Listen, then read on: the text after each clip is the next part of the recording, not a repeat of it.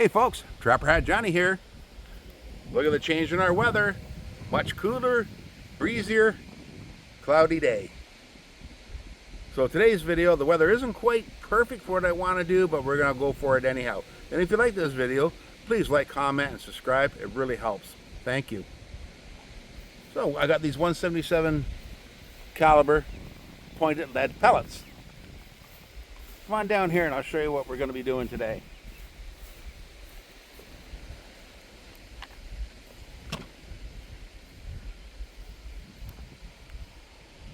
Classic Chinese air rifle, pellet rifle, however you want to phrase it.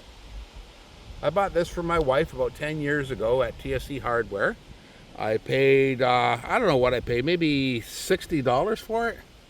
About $60. Import mark of Robel as a Chinese B2-2 177 Springer. It's even got the cheek rest on it there. The center point scope, I don't know what I paid for that. Probably $40, I guess, at the time, about $40. So this is a good little pellet rifle. I gotta say, I do like it. I like the looks of it. I know a lot of people will disagree, but I like the looks of it. Never had any issues with it.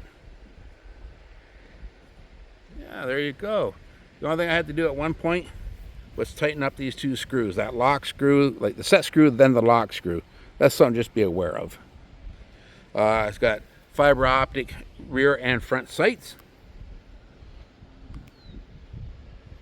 And this rifle is, in Canada, you do not need a PAL because this shoots less than 500 feet per second, is rated at 495 feet per second, which means it's probably shooting less than that.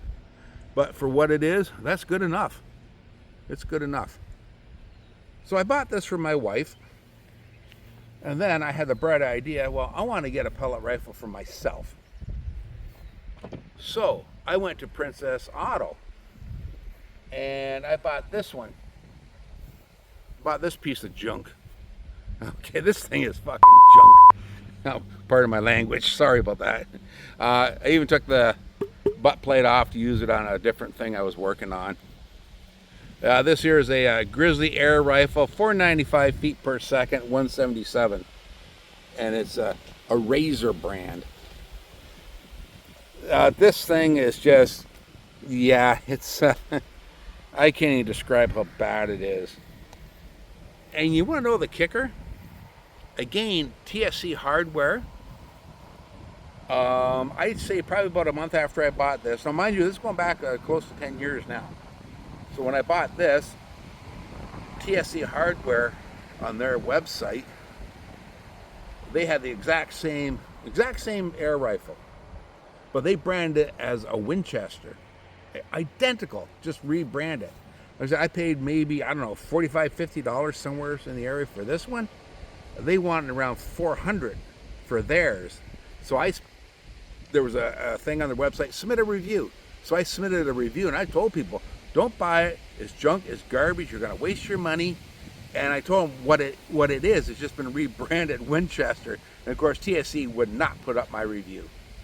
So there you have it. So I'm gonna be shooting both these today.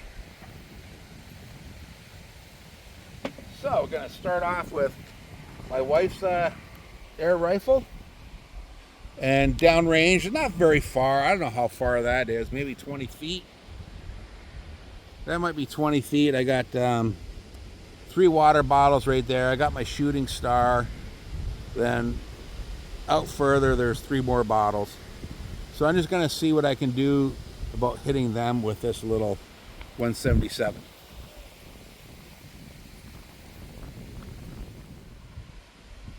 And if the camera can focus on that, that is a 177 7.4 grain Crossman pointed. Very tiny, very, very tiny. So, now remember, this rifle does not have a safety on it. So when you go to cock this, okay, I'm going to show you, especially when you put your pellet in, be very careful. Be very, very careful of this. So a little thumb release to break the barrel open. All right, so you just let the barrel pop open, let it hang there. Put in your pellet. You just pop it in there. That sits in there nice and flush. Now, continue to cock it, close. And the reason why I say that, because if you cock it and then you go to put your pellet in, and if that spring, for whatever reason, releases, this barrel is going to snap close while you got your finger in there. It will amputate the tip of your finger, and it will hurt. So that's why I say, break it open, pellet in, cock it at that after that, and then close it. Okay? So downrange, I got 3 water bottles right here.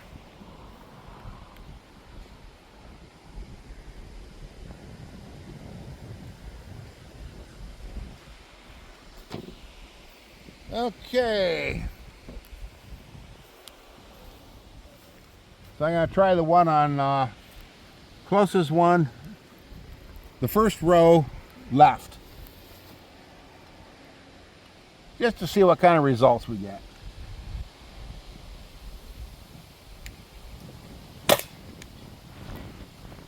So that one shot a little bit high and to the right. So I'm going to do that again.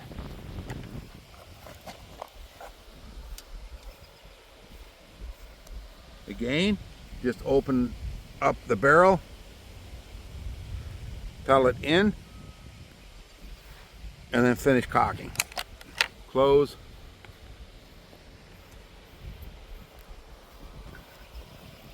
And then you're ready to go. Okay, I'm going to do one more on that same bottle. Then we're going to take a walk up and see what damage happened to it.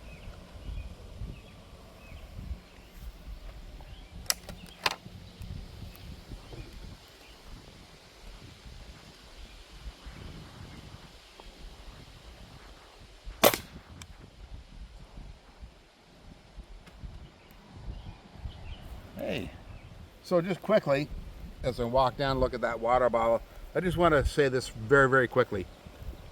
I went into Canadian Tire, this is going back just a few years ago, to buy a carton of pellets.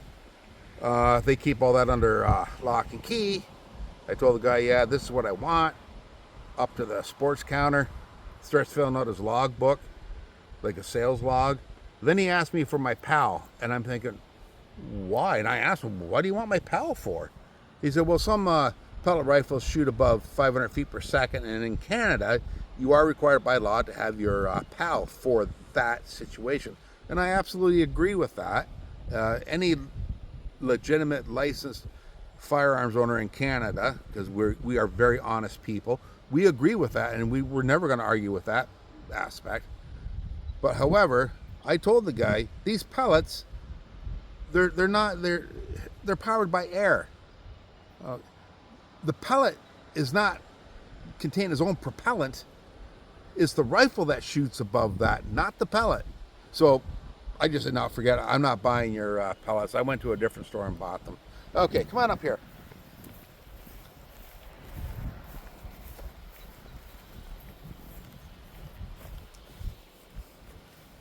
Okay. No, I hit this guy.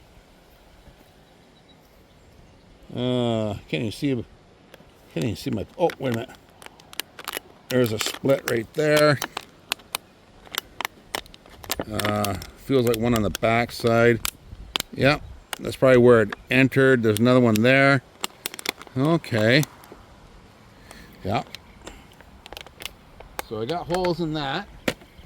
Okay, so now what I'm going to do is I'm going to try those bottles out there. They're like twice the distance, so it's only about 40 feet. It's not very far, but I'm going to give it a shot.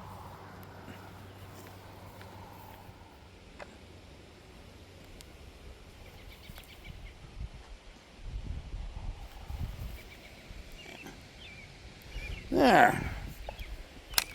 Okay, so like I say, I got 3 bottles. about 40 feet out. Let's see what I can do to them. So I'm going to go for the one out there on the far left.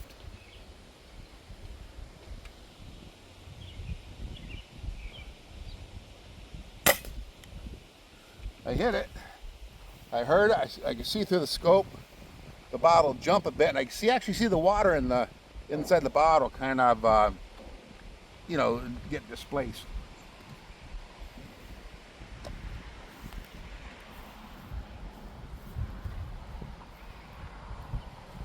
And I'll try that shot again.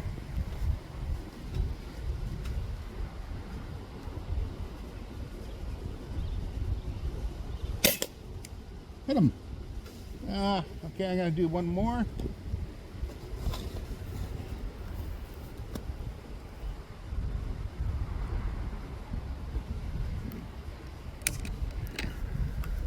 One more in that same bottle.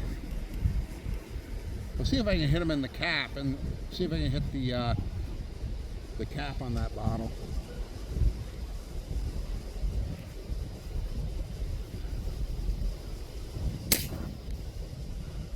I don't know. Let me try another shot. I don't think I hit it.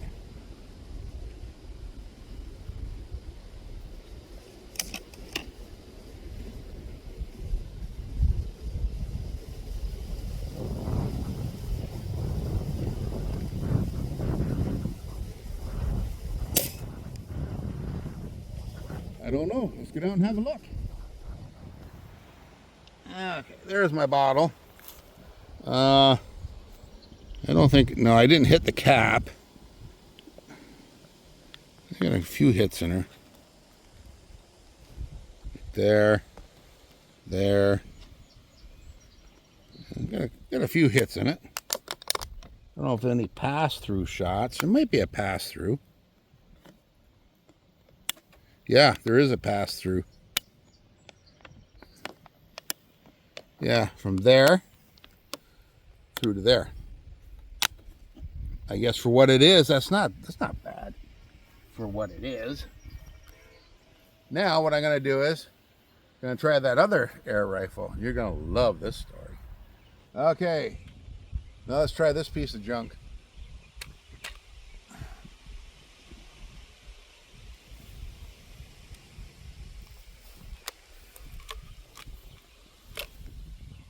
Wait till you hear what this sounds like. So I'm going to shoot at that front, like the water bottle closest to me in the middle.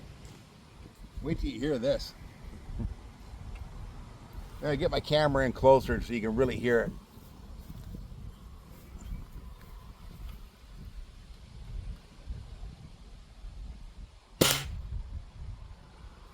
Did you hear that? Check this out. Okay, so this is empty, but I'm still going to safe practice. Okay, listen. You hear that? I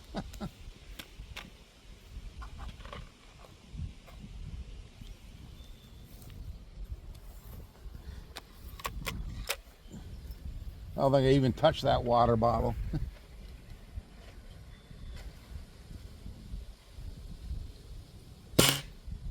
Oh, I got just an edge of that water bottle. I seen the water fly.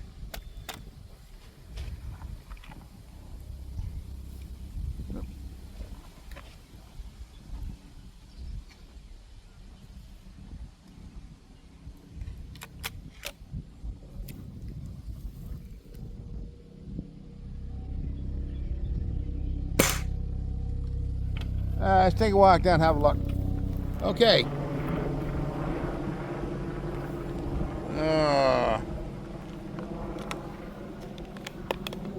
Oh, there it is. Yeah, there's a hit there. There's entry point, exit. Wow, it went through there. I'm surprised. Because that pellet rifle sounds like a Bugs Bunny sound effect. Go figure. Go figure. So, I think what I'm going to do is I'm going to try a couple more shots with that black one. out to these targets here. Now the sights are off, so I got to do a bunch of adjusting. Actually, more like Kentucky windage. Okay, so now what I'm going to do is I'm going to shoot to those far edge bottles. I got one laying down on its side, so that's going to give me a little more room for windage error. So I'm going to use this black one for that.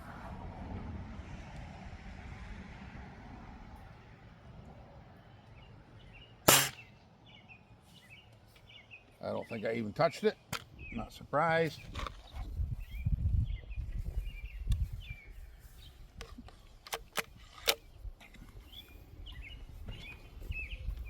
Try it again.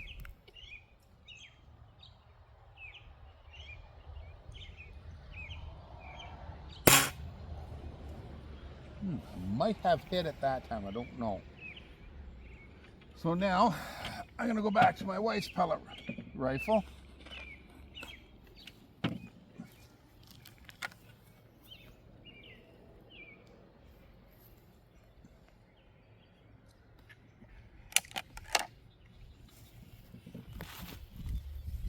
That bottle closest to us in the middle, I'm gonna see if I can shoot the cap off of it.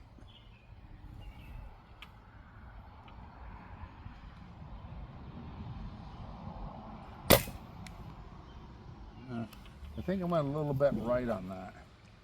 I'll try that again.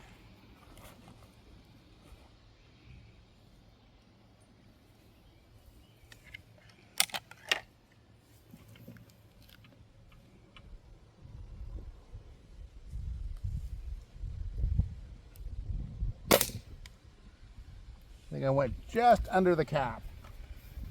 Just under the cap. Actually, I'm going to run down and have a fast look. But I think I did. I think I just under the cap. My back still hurts. I twisted my ankle about, it's close to 4 months, or 4 months, 4 weeks. Close to 4 weeks I twisted my ankle. I still hurt. Oh yeah, look at that. I did.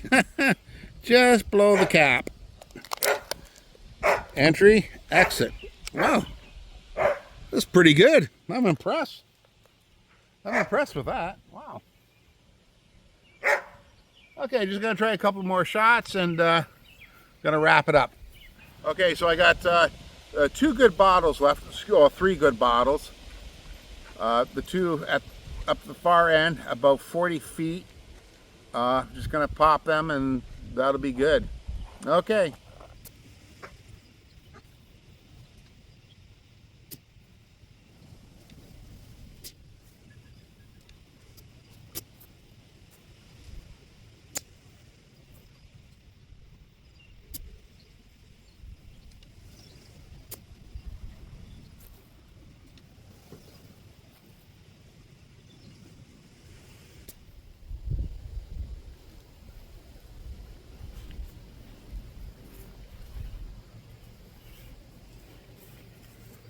Yeah, let's have a look at that.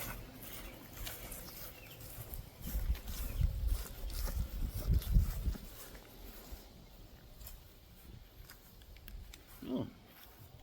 Yeah. Good.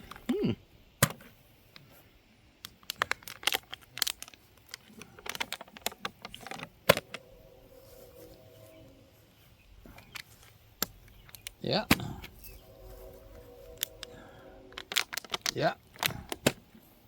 So, I guess that's about a 40-yard shot. Might be able to get a little bit better performance if I change pellets, go with a little bit different design. Who knows? I might not. It's not a hunter. This is not a hunting rifle by any means. Would I shoot a rabbit with it? Maybe if it was a much closer shot, maybe 20 feet. I'm not talking yards, I mean feet. 20 feet, possibly. I'd really give that a lot of thought, though. Now, I've thought about this one as well. I might pick up the Ruger Airhawk, the one that shoots. It shoots think it's just under 1,000 feet per second. No, that one I'll need my pal for. I might do that and use it as a small game hunting platform. Just to try. It's just a thought. I'm not really sure I want to go that route. I'm still thinking about it. And if I did, I would buy better quality pellets that are designed for that purpose. Thinking about it. Like those pellets down there, what did I pay for them? I don't know, maybe $15 for like 1,000 rounds, which is pretty cheap. Very cheap. So I just might do that. I'll have to wait and see. So there you go. Nice little tin can popper, if you want to call it that. You can have fun with them. And of course, you still gotta be careful what you're doing. That goes without saying, but I'm gonna say it anyhow. Be careful what you're doing. Yeah. Okay, folks, this is Trapper Hat Johnny wishing you a good day and be good to each other. Bye-bye, folks.